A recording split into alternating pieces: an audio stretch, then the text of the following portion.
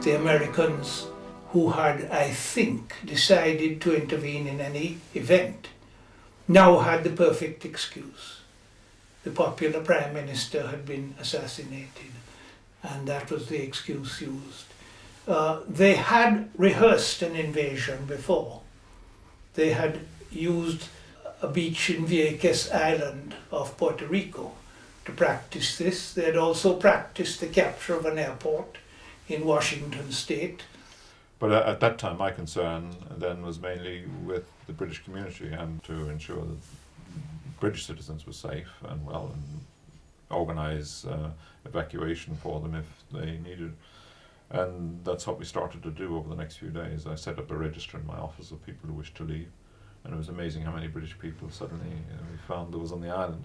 The curfew that was imposed on the night of the 19th was announced as a shoot-on-sight curfew, so people were terrified. And I certainly wasn't coming out at night. There was obviously quite a lot of activity going on off-island, a lot of which I wasn't aware of.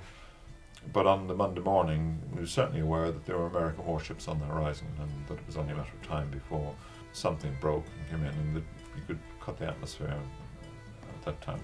We could see the planes flying over our house and bombing the Fort Frederick as it was supposed to be. In fact, they obliterated the mental hospital right next to Fort Frederick instead of the fort. And we could see a helicopter shot down over Tantine. C-130s began flying overhead and drawing fire from the ground and shooting out positions on the ground. Eventually, paratroops landed on the runway at the new airport and cleared the runway of the debris that had been put there to prevent landings. Many of the units of the militia were involved with the army in trying to resist, but it was a very unequal struggle, and in a short time the Americans had taken complete control.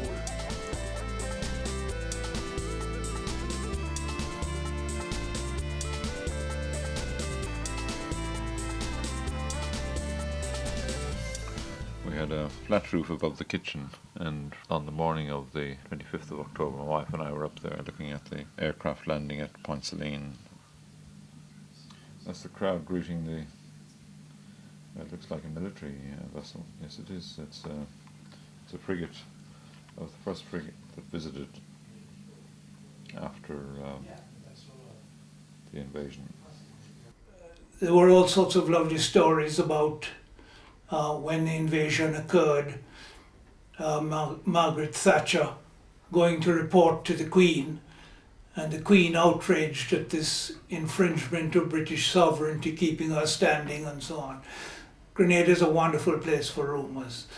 I don't know how many people died in the fighting. I know that I think it was 19 Americans died in the process. One helicopter came down, and there was one nasty piece of killing went on in the area of Tantine in St. George's Harbour, where I think a helicopter had landed or crashed, and the people had, not the people, but the military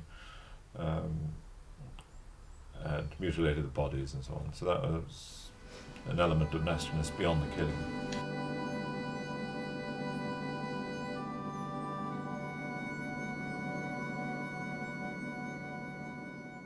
The Americans were allowing people with foreign passports to leave the country.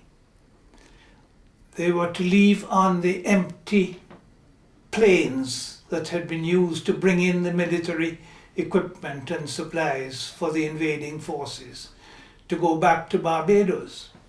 We had 10 minutes notice and hurriedly packed a suitcase, leaving all my books and papers, and we went to the assembly point, Queen's Park, from which point the people who were being allowed to leave were being flown to Point Celines, to the airport. You were separated from your luggage. The luggage was sent on ahead by helicopter in that evening, and next morning you were transported by another helicopter to Point Celines. When you got to Point Celines, there was no trace of your luggage. the GIs were given the opportunity to get some spoils of war in that way. Our losses were minimal because my wife is not a very bejeweled lady. I was in communication with the American fleet and with the Commander-in-Chief of Float, and they were able to get messages to us then for the students and so on, and to get messages out where the students who were in the Lancipine area where I live should gather so that they could be lifted off, and they were lifted off by helicopter to one of the ships.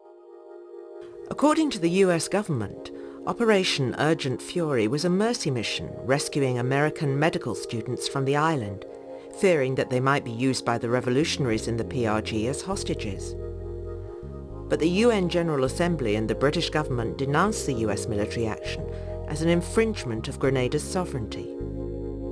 Costing $80 million, involving some 14,000 troops, including reserves and with warships and aircraft, this was, to the supporters of the revolution, a long-planned invasion aimed at regime change. On the Friday, certainly, the American troops walked up my driveway and took some soft drinks from me. They knew where I was. But in a way, this worked in my favour, because in the suitcase we had the file containing the instrument of my appointment as Attorney General. And when I was interviewed at the airport by the American intelligence officer who was vetting people before they were allowed to board the plane, there was nothing incriminating in my briefcase. What do you think could have been the consequences? Oh, I would have been put in prison with the others.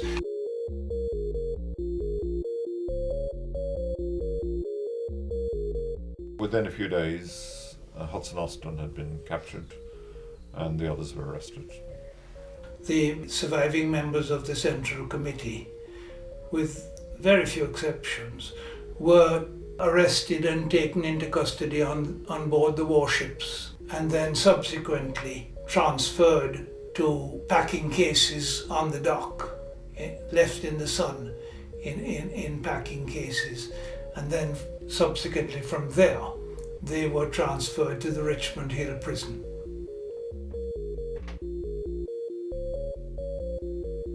We've monitored this case right from the very moment that the invasion by the United States happened. We believe that the treatment that has been meted out to the Grenada 17 has been in violation of international laws from the very start. There were posters that were widely distributed in Grenada showing Bernard Code blindfolded. You know, his trousers is on the bottom of his tracksuit or pyjamas, in fact, falling off and sort of thing, with a sign, "These are the guilty men." I don't think the rest of us were saying that Bernard Code and so were right. I mean, we weren't. But we were saying, well, hold on a minute, we don't know what's happened, and the Americans have gone in, and the Americans have arrested our people, and there's all this indignity because we saw them on television, you know, being put into helicopters and taking onto boats, blindfolded and almost half naked, and we felt, well, slow down a bit, you know. After a mass roundup, 17 people were selected to face trial. These have become known as the Grenada 17. 3 were the young soldiers who'd pulled the triggers. The rest were members of the PRG, or of the New Jewel movement, or trade unionists. They were accused of conspiring on that fateful afternoon to order the executions. In the American version of events, the Cords, like Black Macbeths, had planned a coup to bring down Bishop and take Grenada closer to the Soviet Union. Bishop, previously denounced in Washington, was now portrayed by the US as a moderate who had incurred the wrath of the supposedly hard-line Cord gang. In contrast, the defendants and their supporters presented October the 19th as a story of chaos, of events which ran out of anyone's control. They denied any conspiracy over the shootings. They claimed that the only evidence of pre-planning was for the US invasion.